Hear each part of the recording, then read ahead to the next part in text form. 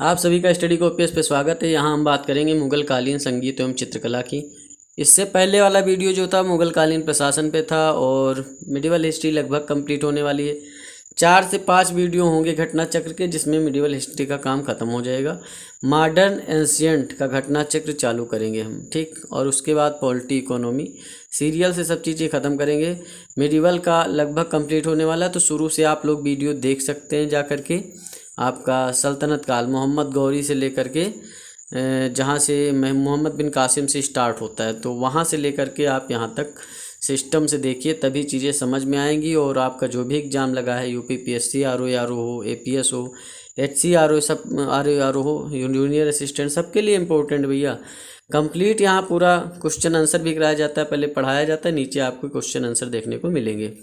तो चलिए शुरू करते हैं फ़िलहाल, क्योंकि पढ़ा करके जब क्वेश्चन आंसर किया जाता है ना, तो आपके दिमाग में ज़्यादा अफोर्डेबल रहता है कि भैया ये चीज़ हम समझ जाएंगे एकदम से। बहुत मतलब टाइम तक वो चीज़ें रह जाती हैं। सिर्फ क्वेश्चन आंसर करेंगे, चीज़ों को पढ़ेंगे नहीं, आप कहानी समझेंगे नहीं, तो फिर वो चीज़ें ड्यूरेबल नहीं रहती हैं, बहुत कम समय के लिए रहती हैं।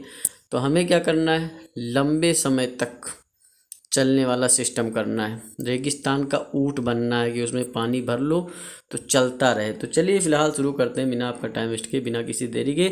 और उससे पहले बता दें भैया, चैनल को सब्सक्राइब करिए, लाइक करिए, कमेंट करिए। तो चलिए शुरू करते हैं।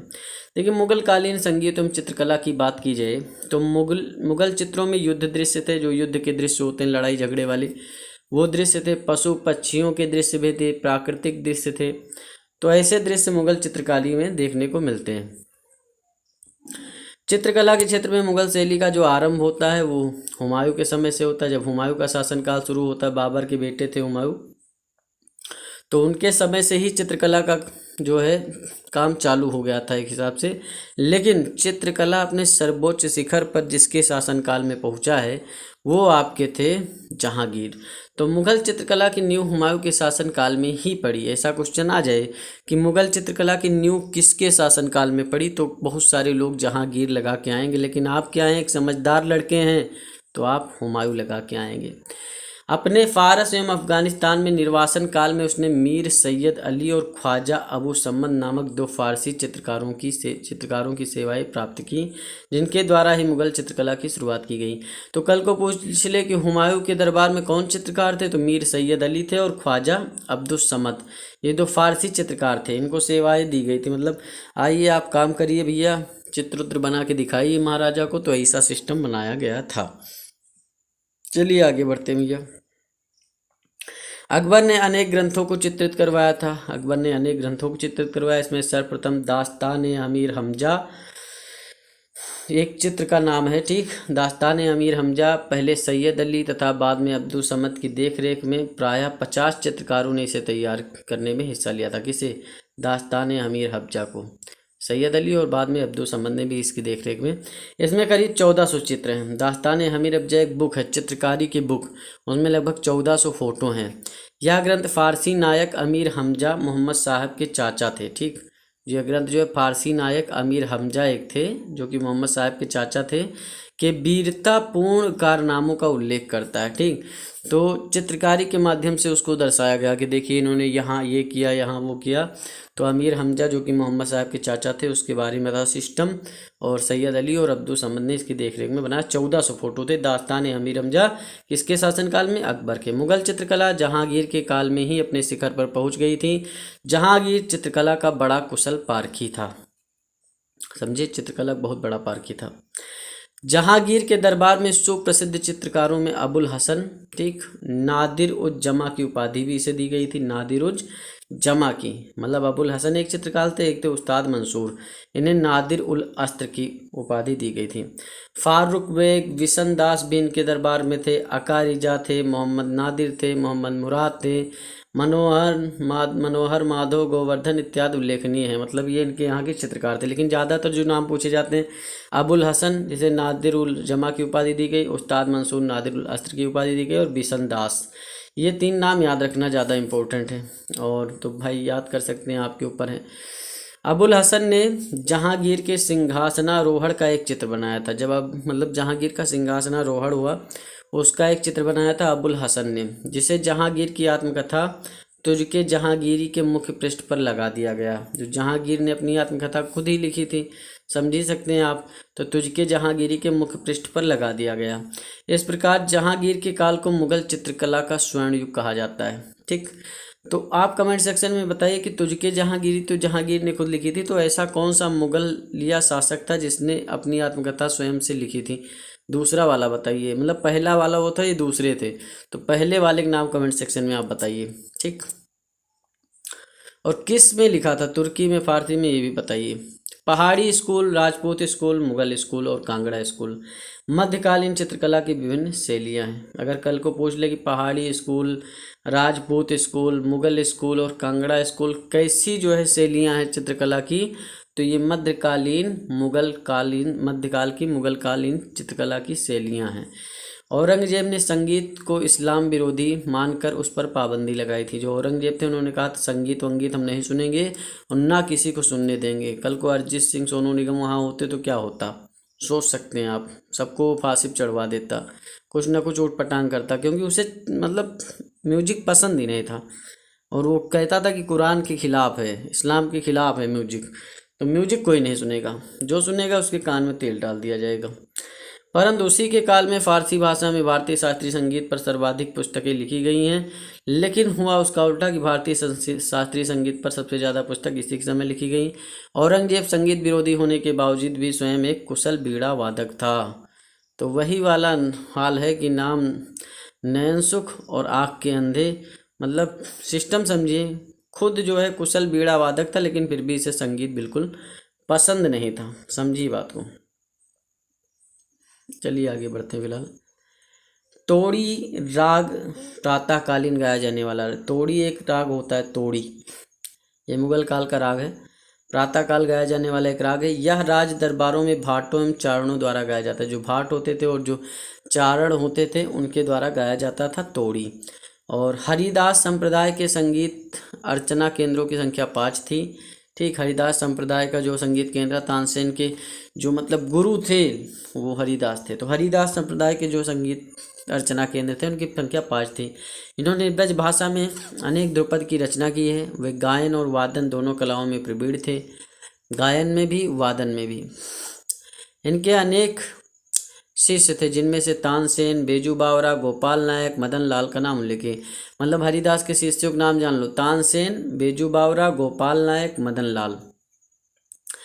अकबर के शासनकाल के दौरान तानसेन और स्वामी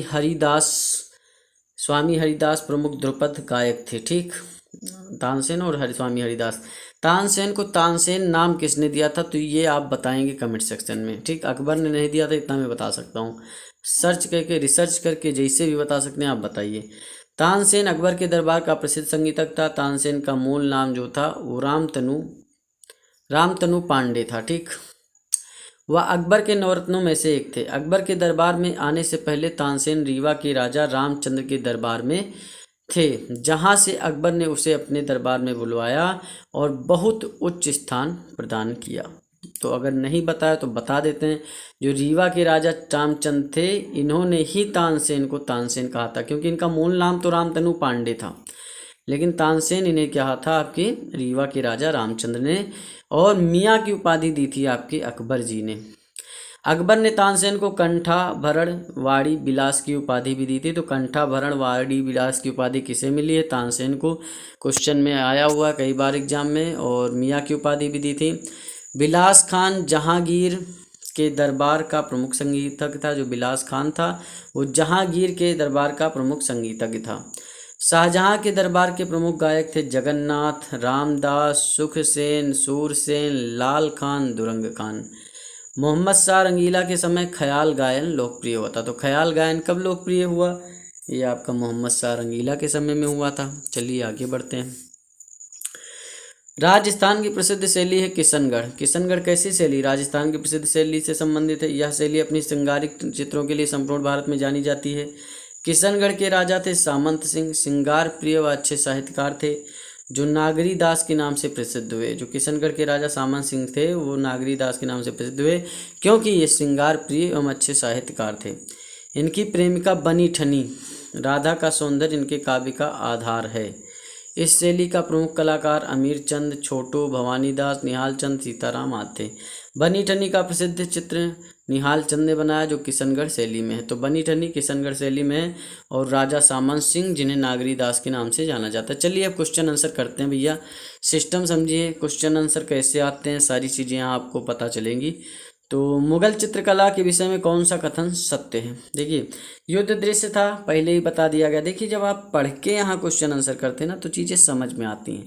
तो युद्ध दृश्य भी था, पशु पक्षी वाला सिस्टम भी था, दरबारी चित्रण, मतलब सब था। बस लगा दो, आगे बढ़ जाओ।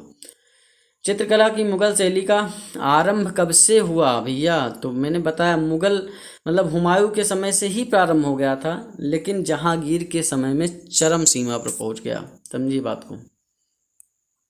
तो हुमायूं के समय में चित्रकला का प्रारंभ हो गया था, लेकिन जो शीर्ष पर पहुंचा वो आपका सिस्टम पहुंचा है जहांगीर। किस मुगल शासक ने चित्रकारी के लिए कारखाने बनवाए थे? तो हुमायूं ने बनवाए थे। हुमायूं ने बनवाए थे। देख लीजिए, हुमायूं ने चित्रकारी के लिए कारखाना बनाया था। और एनसीईआरटी के अनुसार जो है निगार खाना, जबकि अन्नू मनुजा की पुस्तक है critical study of Mughal painting during Akbar rain के अनुसार तस्वीर जो उसकी पुस्तकालय से जुड़ा हुआ ज्ञातव्य कि बिहार लोक सेवा, मतलब वो पुस्तकालय भी उसने बनवाया था। किसने? हुमायूं ने। चित्रकला की मुगल कलम भारतीय लघु चित्रकला की रीढ़ है। ठीक, मुगल कलम जो है वो भारतीय लघु चित्रकला की रीढ़ है। और निम्न में से किस कलम पर मुगल चित्रकला का प्रभाव नहीं पड़ा है? तो पहाड़ी पर पड़ा, राजस्थानी पर पड़ा, कांगड़ा पर, काली घाट पे नहीं पड़ा है। सब कुछ आपने पढ़ा है अभी पिछले। मुगल चित्रकला ने पहाड़ी, राजस्थानी, कांगड़ा चित्रकला को प्रभावित किया, किंतु काली घाट चित्रकला पर मुगल का प्रभाव नहीं पड़ा। इसने अपने प्रतिमान स्थानीय संदर्भों में ग्रहण किए हैं। ये आईएएस में पूछा हुआ क्वेश्चन है।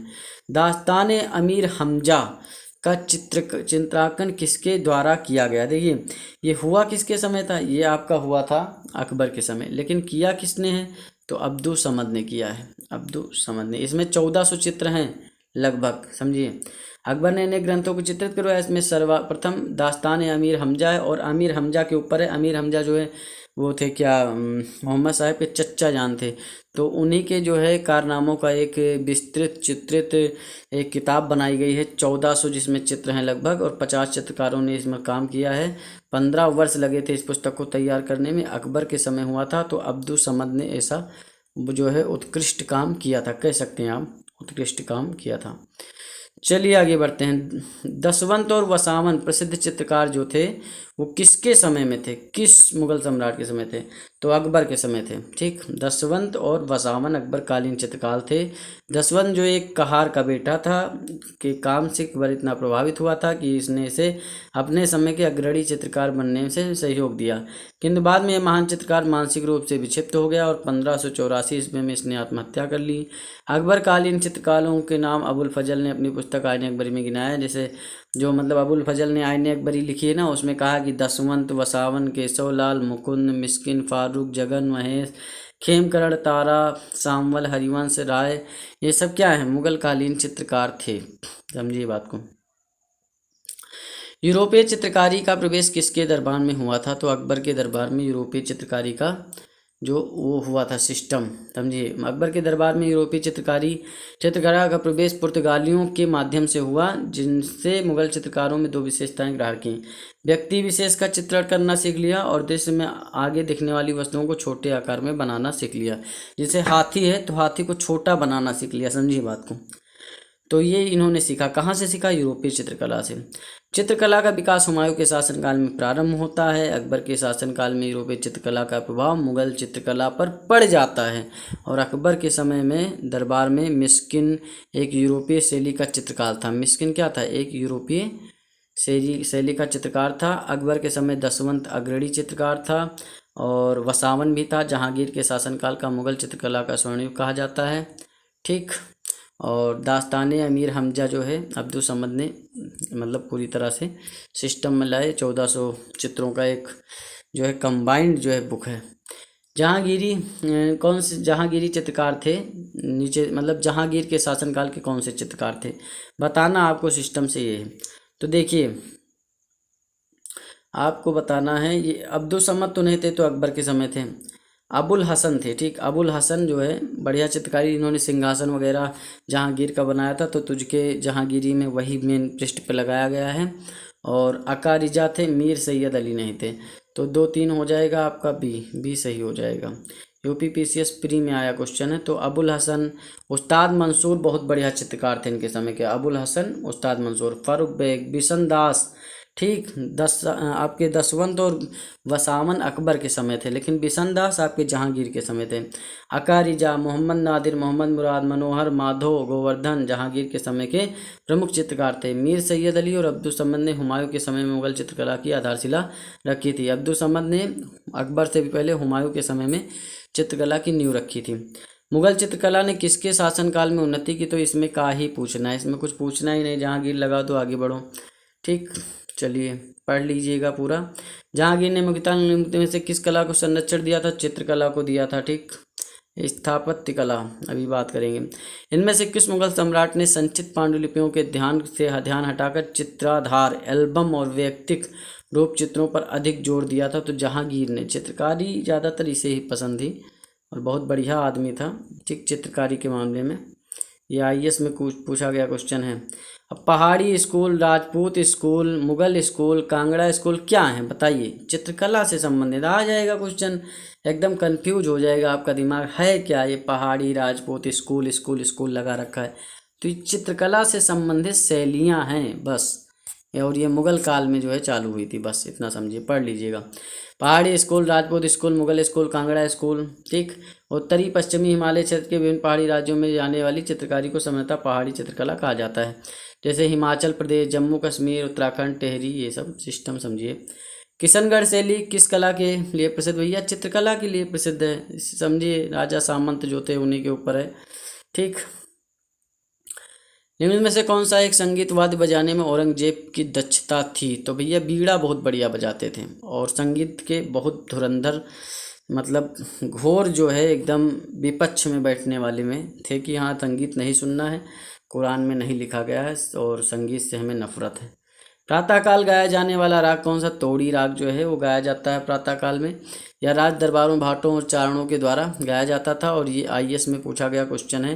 तानसेन, बेजू बावरा, गोपाल नायक जैसे संगीतकों ने स्वामी हरदास से प्रशिक्षण प्राप्त किया, और स्वामी हरदास के अनुयायियों ने कितने संगीत अर्चना केंद्र स्थापित किए थे? तो 5 बस लगा दो, बस कुछ ज़्यादा सोचना नहीं, ये भी पढ़ाया। अकबर के शासनकाल में ध्रुपद गायकों में सम्मिलित कौन थे? तानसेन और हरिदास, 2 ही थे मेरे हिसाब से, 2 ही थे, अब आप जो समझें। तानसेन और हरिदास, सूरदास नहीं थे भैया, ध्रुपद गायन की बात हो रही है। तानसेन का मकबरा है कहाँ? ग्वालियर में, ग्वालियर एमपी में इनका मकबरा है। ठीक, मध्य प्रदेश, ग्वालियर में इनका मकबरा है तानसेन का। इन्हें मियाँ की उपाधि अकबर ने दी थी, और तानसेन नाम जो दिया था रीवा के महाराज ने दिया था, इतना याद रखिएगा बस। कंठाभरण वाड़ी विलास की उपाधि भी इसे इन्हें अकबर ने दी थी।